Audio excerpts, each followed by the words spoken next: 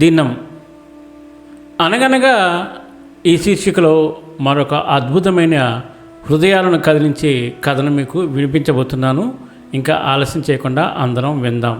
ముందుగా మోహనవాణి శ్రోతలందరికీ హృదయపూర్వక ధన్యవాదాలు. అలాగే నా ఆధ్యాత్మిక మరియు భగవద్ బంధువులందరికీ నా హృదయపూర్వక నమస్కారాలు.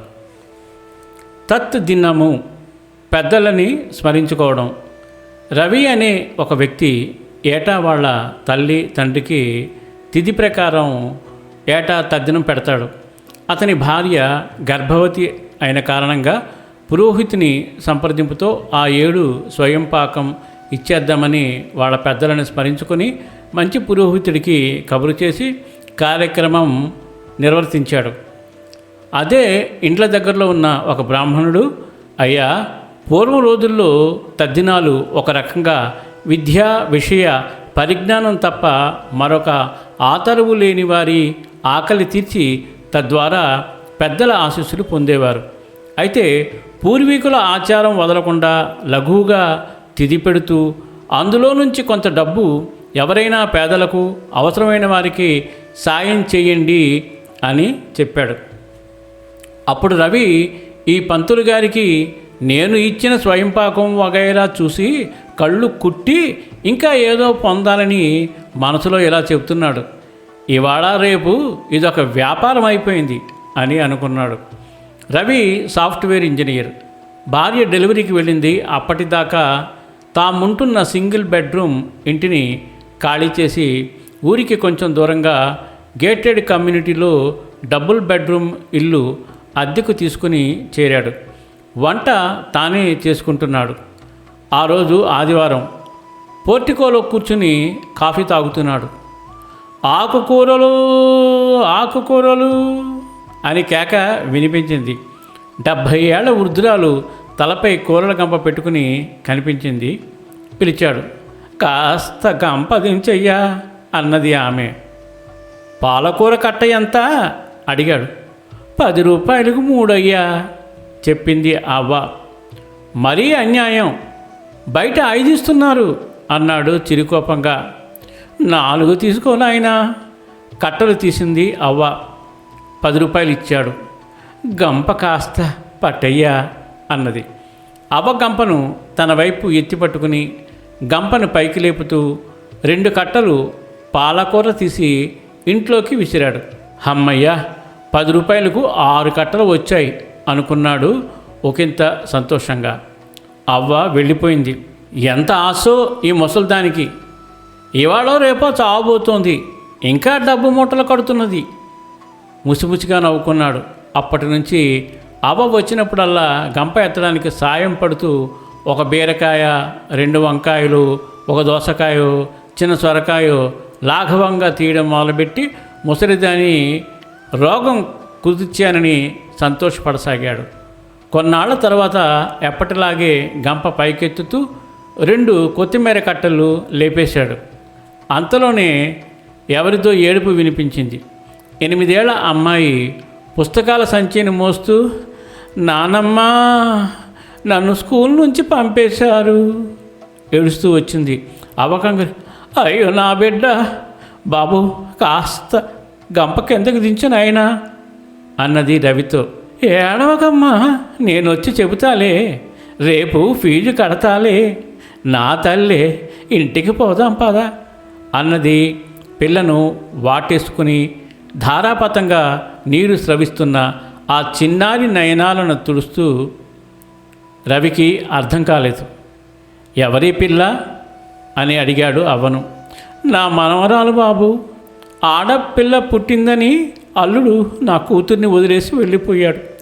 చుట్టుపక్కల వారు సూటి పోటీ మాటలు అంటుంటే తట్టుకోలేక కూతురు పురుగుల మందు మింగి చచ్చిపోయింది. మా ఆయన 3 ఏళ్ల బట్టి పక్షవాతం వచ్చి మంచం మీదున్నాడు. ఈ నలుసును సాకడానికి చిల్లిగవ్వలేదు. ఎప్పుడూ బయటకు వచ్చి ఎరగని నేను రోజు తెల్లవారుజామునే లేచి పొలాలకెళ్ళి 20 కిలోల కూరలు హరువు మీద తీసుకుని మోస్తూ ఇల్లు తిరుగుతూ అమ్ముకుంటూ పైసా కూడబెట్టి దీన్ని చదివిస్తున్నా. మొన్న ఫీజు కట్టడానికి వెళ్తే 1000 రూపాయలు పెరిగిందని చెప్పారు. నెల రోజుల్లో కడతానని చెప్పి బతిమాలితే సరే అన్నారు. ఈరోజు చూడు బాబు, పసిపిల్ల అనే కనికారం కూడా లేకుండా బయటికి పంపించేశారు అన్నది కళ్ళు తుడుచుకుంటూ. రవి నరాలు మొత్తం బిగుసుకుని పోయాయి. రక్తం స్తంభించిపోయింది. గిరుక్కున తిరిగి హాల్లోకి వచ్చాడు. అతని హృదయం ఆకాశం చిల్లులు పడేలా ఏడుస్తున్నది. మనసంతా ఉష్ణ జలపాతమైంది. ఎంత నిగ్రహించుకున్న కళ్ళు ధారలు కట్టాయి. ముసల్దానికి ఎంత డబ్బాస అనే వెకిలి మాట 1000 గుణపాలై దేహాన్ని కొల్లబొడిచింది. ప్రతి కష్టం వెనుక ఒక కన్నీటి గాథ ఉంటుందని తెలియని తన అజ్ఞానానికి తనను తానే శపించుకున్నాడు. ఆ రోజు తన ఇండ్ల దగ్గర ఉన్న బ్రాహ్మణుడి మాటలు గుర్తుకు వచ్చాయి. తద్దినాలు కేవలం పప్పు ఉప్పు మాత్రమే కాదు, ఇలా పెద్దలకి సహాయ సహకారం అందిస్తే అదే నిజమైన ప్రేమ పెద్దలకు అని భావించాడు. పర్సులో చేయి పెట్టాడు. బయటకొచ్చి, అవా, ఈ 5000 తీసుకుని మనవరాలని ఫీజు కట్టేయి అన్నాడు. బలవంతంగా అవ్వ చేతిని తీసుకుని హంపి మొహంజదారో శిథిలాలకు ప్రతీక లాంటి అవ్వ వృద్ధ శరీరం భూకంపం వచ్చినట్లు కంపించింది. బాబు, ఇంత అప్పు తీర్చాలంటే నాకు ఏడాది పడుతుంది అన్నది వణుకుతూ. అప్పని ఎవరు చెప్పారు? చనిపోయిన మా అమ్మ ఆత్మశాంతి కోసం ఇస్తున్నాను. ఇప్పుడే కాదు, నీ మనవరాలి చదువు అయ్యేంత వరకు నేనే ఫీజు కడతాను. రేపటి నుంచి రోజు నేను ఉన్నా లేకపోయినా 10 రూపాయల ఆకుకూరలు ఇచ్చేసి వెళ్ళు. గంప పైకెత్తాడు రవి. మరునాడు రవి నిద్రలేచి తలుపు తీశాడు. వాకిట్లో 6 ఆకుకూరల కట్టలు కనిపించాయి. మంచి చేయాలి, చేయడం లోక కళ్యాణం. అద్భుతమైన విషయం. ఎప్పుడైనా సరే మనం ప్రాక్టికల్గా అనుభవిస్తేనే ఆ గొప్పతనం తెలుస్తుంది. కాబట్టి మనం మంచి మనసుతో మన దగ్గర ఎంత ఉంటే అంత మనస్ఫూర్తిగా ఇలా సహాయం చేస్తూ ఆ భగవంతుని యొక్క కరుణా కటాక్షాలు పొందుతూ మంచిని చేద్దాం. సర్వే జనా సుఖినో భవంతు. లోకా సమస్త సుఖినో భవంతు. ధన్యవాదాలు. స్వస్తి. పొడుగు కథలు, పొట్టి కథలు వినండి, వినిపించండి, వింటూనే ఉండండి. అనగా అనగా అనగనగా.